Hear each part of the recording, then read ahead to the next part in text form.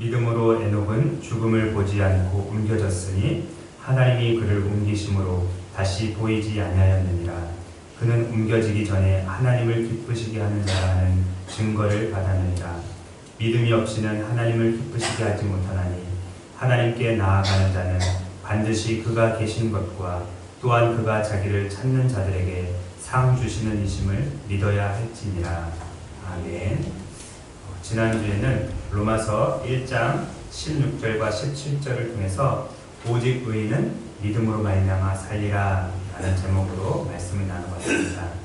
오늘은 지난주에 이어서 히브리서 11장 5절과 6절을 통해서 하나님을 기쁘시게 하는 믿음, 하나님을 기쁘시게 하는 믿음이라는 제목으로 함께 은혜를 나눠보도록 하겠습니다.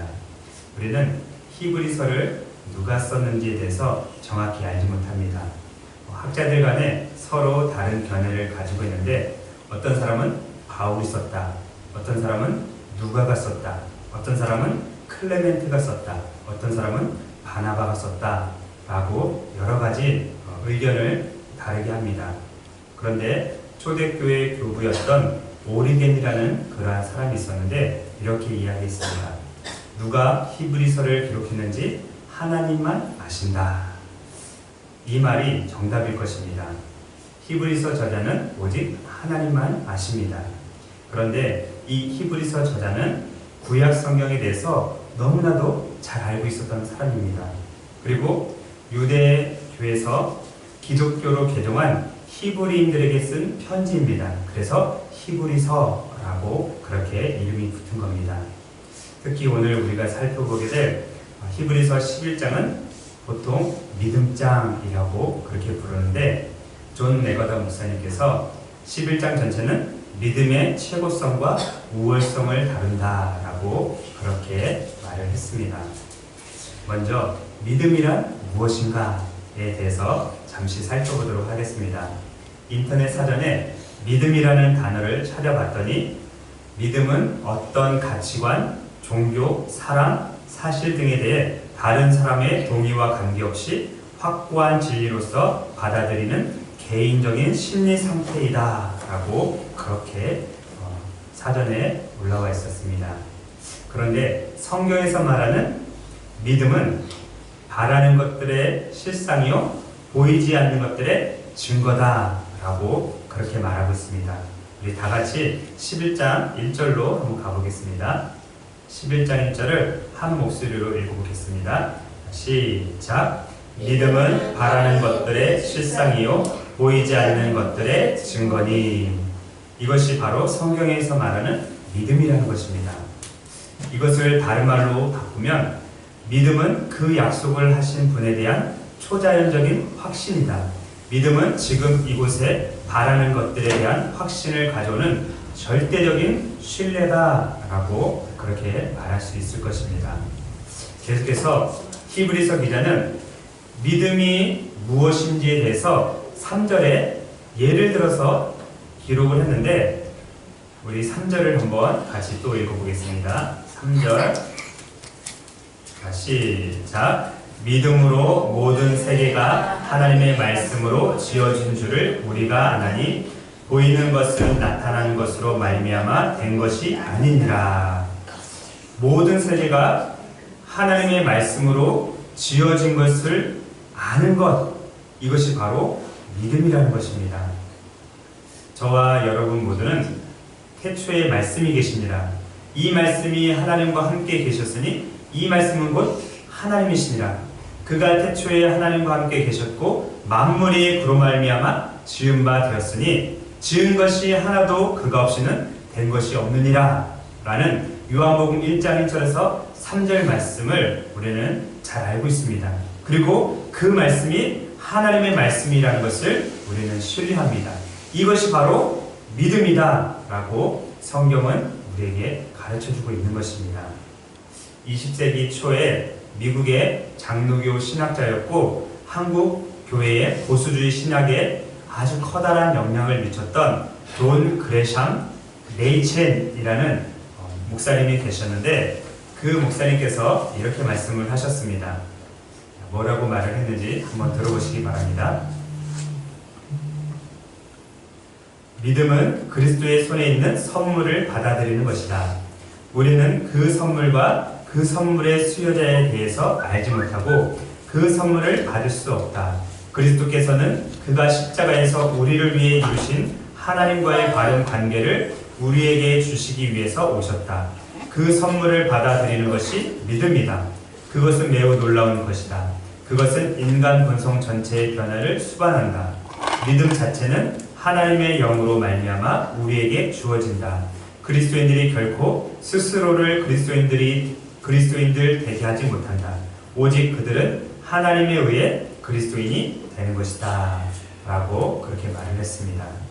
이번에는 영국이 낳은 최고의 설교자였던 찰스 스펄전 목사님의 이야기를 한번 들어보시기 바랍니다. 그러나 사람이 무언가를 안다고 해서 그것이 곧 믿음에 이르게 하지는 않습니다. 내가 무언가를 알 수 있습니다. 그러나 믿는 것은 아닐 수 있습니다. 그러므로 믿음과 수락을 함께 가야만 합니다. 즉 우리가 아는 것은 하나님의 진실한 것으로 동의되어야 합니다. 믿음에 이르기 위해서는 성경을 읽고 이해하는 데 그치는 것이 아니라 그것이 살아계신 하나님으로부터 온 진리임을 영혼으로 받고 성경과 구원에 이르게 하는 모든 교리가 지극히 높으신 분에 의해 감동된 것임을 전심으로 받아들여야 하는 것입니다. 라고 그렇게 말을 했습니다. 그래서 성경은 이렇게 말씀을 합니다. 누구든지 그를 믿는 자는 부끄러움을 당하지 아니하리라. 유대인이나 헬라인이나 차별이 없음이라 한 분이신 주께서 모든 사람의 주가 되사 그를 부르는 모든 사람에게 부요하시도다. 누구든지 주의 이름을 부르는 자는 구원을 받으리라. 그러므로 믿음은 들음에서 나며 들음은 그리스도의 말씀으로 말미암았느니라. 라고 그렇게 말씀을 합니다. 그리고 또 이렇게 기록을 합니다. 모든 성경은 하나님의 감동으로 된 것으로 교훈과 책망과 바르게 함과 의로 교육하기에 유익하니 이는 하나님의 사랑으로 온전하게 하여 모든 선한 일을 행할 능력을 갖추게 하려 함이라. 라고 그렇게 말씀을 하고 있습니다. 이처럼 믿음은 하나님의 말씀에 있는 거고 또 그 말씀을 들을 때 우리는 믿음이 생겨납니다. 뿐만 아니라 그 말씀을 우리가 또 읽고 공부하고 배울 때 우리에게 바르게 함과 의로 교육하기에 유익하다라고 말씀을 하고 있습니다. 그렇다면 이제 이 믿음의 대상이 누구인가에 대해서 또 말씀을 드리겠습니다. 세상 사람들에게 믿음의 대상이 누구냐라고 물어보면 부모, 자식, 선생님, 의사, 상담가, 성인, 군자, 대통령, 왕, 심지어는 돈, 어떤 사람은 우상이라고까지 하는 사람도 있을 것입니다. 그러나 우리 그리스도인들에게는 믿음의 대상은 바로 그렇죠. 하나님 한 분이십니다. 계속해서 앞에서 인용했던 존 그레샴 메이천 목사님의 말을 다시 한번 인용해 보겠습니다. 우선적으로 성경은 믿음이 그 대상으로서 인격자를 포함하고 있다고 우리에게 확실하게 가르치고 있다. 성경에서 특별히 믿음의 대상이 되는 인격자들은 하나님 아버지와 주 예수 그리스도시다. 우리의 믿음의 대상은 인격을 가지고 계신 하나님 그리고 예수님이다 라고 그렇게 말을 하고 있습니다. 히브리서 기자 역시 우리에게 믿음의 대상을 하나님이라는 사실에 대해서 올바로 가르쳐주고 있는데 우리 11장 6절 한번 보시겠습니다. 우리 11장 6절 하반절을 제가 읽어보도록 하겠습니다. 11장 6절 하반절 하나님께 나아가는 자는 반드시 그가 계신 것과 또한 그가 자기를 찾는 자들에게 상 주시는 이심을 믿어야 할지니라. 하나님께 나아가는 자, 하나님을 믿음의 대상으로 삼는 자들은 그가 계신 것과 또 그가 자기를 찾는 자들에게 상 주시는 이심을 믿어야 한다라고 그렇게 우리에게 말을 하고 있습니다. 다시 한번 메이천 목사님의 말을 인용해 보겠습니다. 하나님께 나아가는 자는 인격자를 믿어야 할 뿐만 아니라 그것이 참되다는 것을 또한 믿어야 한다. 여기에서 믿음의 지안에 수용을 포함하는 것이라고 선포하고 있다. 믿음에 대한 교리와 지적 기초에 대해서 이보다 더 명백한 주장은 있을 수 없을 것이다. 한 인격자에 관한 사실들을 지성을 가지고 받아들이지 않고서 그 인격자를 믿는다는 것은 불가능하다라고 그렇게 말을 했습니다. 우리가 믿는 하나님은 인격을 가지고 계시는 분이십니다. 그래서 첫사람인 아담과 하와를 창조할 때에 이렇게 말씀을 하면서 창조했습니다. 우리의 형상을 따라 우리의 모양대로 우리가 사람을 만들고, 이렇게 하나님의 인격을 사람에게 불어 넣어주셨던 것입니다. 그리고 하나님께서 모세를 호렙산으로 부르셨을 때에 내 백성 이스라엘 자손을 애굽에서 인도하여 내라 라는 사명을 모세에게 주셨습니다. 그때 모세가 내가 누구이기에 바로에게 가서 이스라엘 자손을 애굽에서 인도하여 내겠습니까? 라고 그렇게 물어봅니다. 그때 하나님께서 모세에게 이렇게 말씀하셨습니다. 하나님이 모세에게 이르시되 나는 스스로 있는 자니라. 또 이르시되 너는 이스라엘 자손에게 이같이 이르기를 스스로 있는 자가 나를 너희에게 보냈다 하라. 여기서 스스로 있는 자라는 말은 원래부터 처음부터 있던 자라는 뜻입니다. 다시 말해서 하나님은 어떤 사람이 만들어내거나 고아낸 신이 아니라 원래부터 처음부터 스스로 계신 진짜 하나님이라는 것입니다. 그래서 이 스스로 있는 자를 다른 말로 바꾸면 여호와의 뜻은 최고의 유일신이라는 말입니다. 하나님은 누가 만든 것이 아니고 어느 날 우연히 생긴 것이 아니라 하나님은 처음부터 계셨던 최고의 유일신이십니다. 이같이 처음부터 계셨던 하나님은 인격을 가진 사람을 만드셨습니다. 하나님의 형상을 따라 하나님의 모양을 닮은 우리를 인격체로 만드신 것입니다. 때문에 우리의 믿음의 대상은 바로 하나님, 최고의 유일신이신 하나님만이 우리의 믿음의 대상이 되는 것입니다. 그래서 성경은 하나님께 나아가는 자는 반드시 그가 계신 것과 또한 그가 자기를 찾는 자들에게 상 주시는 이심을 믿어야 할지니라 라고 그렇게 말씀하고 있는 것입니다. 이 사실을 믿으시기 바랍니다. 신구약을 통틀어서 죽음을 맛보지 않고 살아있는 채로 하늘에 올라간 두 사람이 있습니다. 에녹과 또 네, 맞습니다. 한 사람은 에녹이고 또 한 사람은 엘리야입니다. 먼저 엘리야에 대해서 한번 말씀을 들어보도록 하겠습니다. 열왕기 하 2장 1절에서 12절에 보면 이 엘리야 선지자가 어떻게 살아있는 채로 하늘에 올라가게 되었는지를 아주 자세하게 기록을 하고 있습니다. 그 중에 1절과 11절 그리고 12절 상반절만 제가 읽어보겠습니다.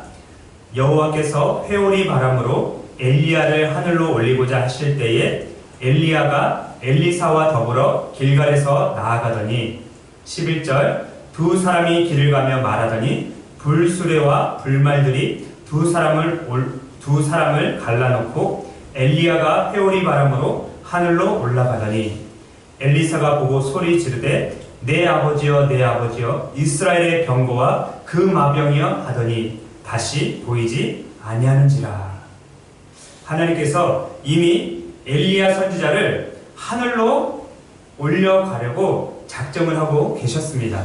그런데 어느 순간에 마치 SF 영화처럼 갑자기 맑은 하늘에서 회오리 바람과 함께 불수레와 불말들이 내려왔습니다.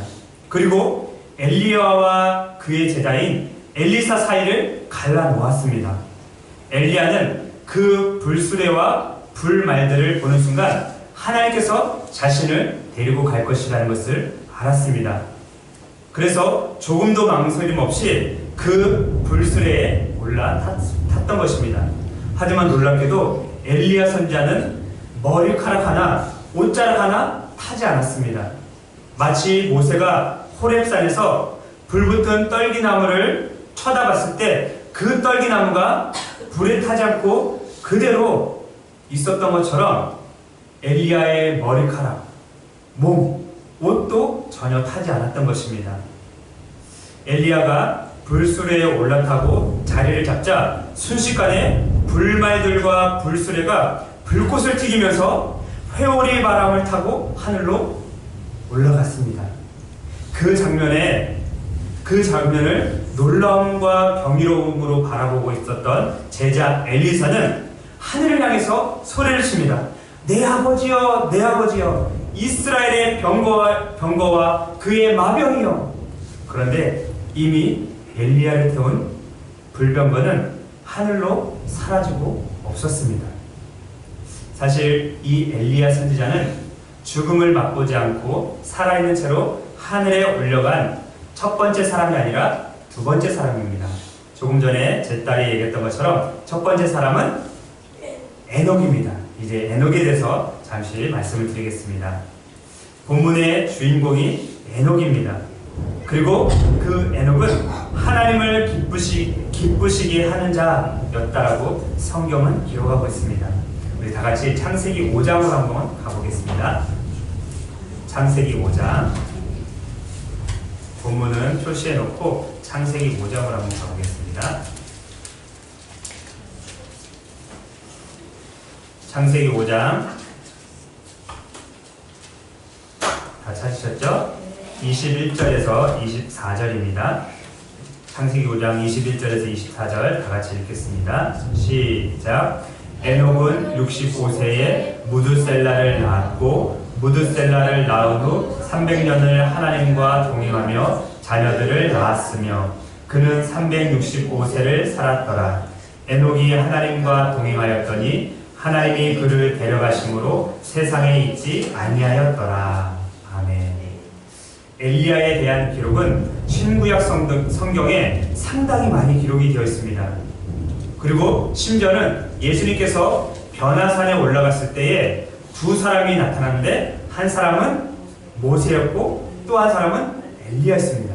그만큼 이 엘리야는 이스라엘 사람들에게 아주 중요한 인물이었던 것입니다.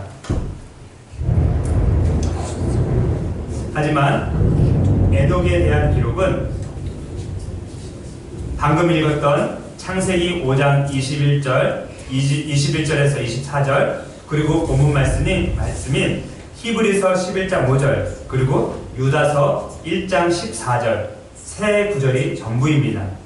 때문에 우리는 이 성경에 기록된 내용 자체만으로는 어떻게 에녹이 하나님을 기쁘시게 하는 자라는 증거를 받았는지에 대해서 우리는 잘 알 수가 없을 정도입니다. 그래서 우리는 신학자들이 연구해 놓은 글들을 인용할 수밖에 없습니다. 도널드 거슬이라는 영국의 신학자가 있었는데 그분이 이렇게 이야기를 했습니다. 한번 들어보시기 바랍니다.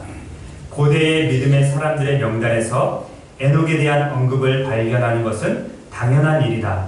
창세기 5장의 다소 지루한 족보에서 에녹에 대한 짧은 평가는 보석처럼 빛나고 성경의 다른 곳에서는 간결한 효과의 측면에서 그 평행을 찾아보기 어렵다. 여기서 저자는 에녹은 하나님을 기쁘게 해드렸다와 그는 발견되지 않았다고 말하는 70인역 성경을 따른다. 70인역 성경은 히브리 구약 성경을 헬라어로 번역할 때 70명의 사람들이 모여서 번역을 했다라고 해서 70인역이라고 이야기합니다. 이 진술에 대한 저자의 평가는 두 가지 특성을 강조한다. 첫째, 에녹이 죽음의 경험을 면제받은 것은 그의 믿음 때문이었다. 둘째, 그가 옮겨지기 전에 하나님을 기쁘시게 하는 자라는 증거를 받았다. 저자는 오직 믿음의 사람만이 하나님과 긴밀한 교제를 할 수 있었고 이 사람처럼 하나님과 교제한 사람이라면 틀림없이 하나님을 기쁘게 해드렸다고 생각한다.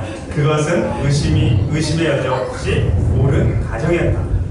저도 깜짝 놀랐습니다. 순간 천둥이 치는 바람에 자, 다시 본문으로 돌아가 보도록 하겠습니다. 오늘 비가 엄청 내리고 천둥 번개가 칩니다. 자, 이제 다시 히브리서 11장으로 가보겠습니다. 예배 끝날 때까지 정전이 안 됐으면 좋겠습니다. 자, 11장, 히브리서 11장 5절. 자, 다시 돌아갔죠? 본문으로 제가 읽어보겠습니다. 믿음으로 에녹은 죽음을 보지 않고 옮겨졌으니 하나님이 그를 옮기심으로 다시 보이지 아니하였느니라. 그는 옮겨지기 전에 하나님을 기쁘시게 하는 자라는 증거를 받았느니라. 이처럼 에녹은 무려 365년 동안 하나님과 동행하면서 하나님을 기쁘시게 해드렸습니다. 뿐만 아니라 믿음으로 살았기 때문에 인류 최초로 죽음을 맛보지 않고 하늘로 올려져간 영광을 누렸던 사람입니다. 인류 최초로. 그래서 에녹이 죽지 않고 세상을 떠났다라는 사실이 이러한 믿음에 대한 증거라는 것입니다. 우리는 에녹처럼 365년을 고사하고 1년 365일을 살면서 얼마나 하나님을 기쁘게 해드렸는지, 또 얼마나 1년 동안 믿음으로 살았는지 가슴에 손을 얹고 한번 돌이켜 봐야 될 것입니다. 제가 말씀을 준비하면서 1년 동안, 1년 365일 중에 저는 얼마나 하나님을 기쁘게 해드렸을까? 라고 생각을 해봤는데 3분의 1도 안 됐을 것 같다 라는 생각을 해봤습니다. 또 마찬가지로 1년 365일을 믿음으로 살아내야 되는데 얼마나 믿음으로 살아냈을까 라고 생각해 봤을 때 반도 채 되지 않았을까 라는 생각을 해봤습니다. 만약 우리가 1년 365일 중에서 반년이라도 하나님을 기쁘시게 해드리고 반년이라도 믿음대로 살아간다면 하나님께서 우리 때문에 기쁨을 이기지 못하고 춤을 덩실덩실 춤을 추실 것입니다. 성경에 그렇게 기록이 되어 있습니다. 우리가 하나님을 기쁘시게 하고 하나님 뜻대로 살아간다면 하나님께서 춤을 추실 것이라고 말씀을 하고 있습니다. 사랑하는 우리 생명빛 교회 성도 여러분, 정말로 1년 365일 하나님을 기쁘게 해드리고 또 1년 365일 믿음으로 살아내는 저와 여러분들이 다 되시길 바라겠습니다. 이제 어느덧 마지막 단계까지 왔습니다. 그 마지막 단계는 하나님을 기쁘게 하는 것이 바로 믿음이라는 것입니다. 반복되는 이야기 같지만 저만 반복을 하는 게 아니라 성경도 반복을 하고 있기 때문에 저도 또 반복해서 이야기를 하는 것입니다. 성경에서 2번 이상 반복하거나 2번 이상 반복해서 말할 때는 그것은 너무나도 그렇죠. 중요한 것이기 때문에 반복을 해서 말하고 기록을 하는 것입니다. 5절과 6절에 중요한 단어가 나와 있는데 그 단어가 무엇일까요? 5절과 6절에 반복해서 나오는 중요한 단어 맞습니다. 믿음입니다. 히브리서 기자는 5절에서 에녹은 하나님을 기쁘시게 하는 자라 하는 증거를 받았다라고 그렇게 말을 하고 6절에서 다시 한번 반복해서 믿음이 없이는 하나님을 기쁘시게 하지 못한다 라고 그렇게 말을 했습니다. 그래서 믿음을 반복해서 강조를 하고 있는 것입니다. 다 같이 6절 말씀을 한 목소리로 읽어보겠습니다. 시작. 믿음이 없이는 하나님을 기쁘시게 하지 못하나니 하나님께 나아가는 자는 반드시 그가 계신 것과 또한 그가 자기를 찾는 자들에게 상 주시는 이심을 믿어야 할지니라. 아멘. 성경에 특히 히브리서 기자가 우리에게 가르치는 것은 바로 믿음입니다. 믿음이 없으면 하나님을 기쁘시게 할 수 없고 믿음이 없으면 하나님이 계신 것을 알 수도 없고 믿음이 없으면 하나님이 우리에게 상 주신다는 사실도 믿지 못한다는 것입니다. 그래서 이 구절에서 강조하는 것은 두 가지입니다. 하나는 하나님이 계신 것을 믿으라. 또 하나는 하나님이 자기를 찾는 자들에게 상 주시는 분이심을 믿으라 라는 것입니다. 먼저 하나님께서 계신 것을 믿으라는 말은 하나님은 누가 만든 신이 아니라 스스로 계신 분이시고 인격을 가지신 참된 유일한 신이라는 것입니다. 그 하나님은 지금도 살아 계신 분입니다. 지금도 살아 계셔서 역사를 주관하시고 온 우주 만물을 다스리시고 통치하고 계신 분이십니다.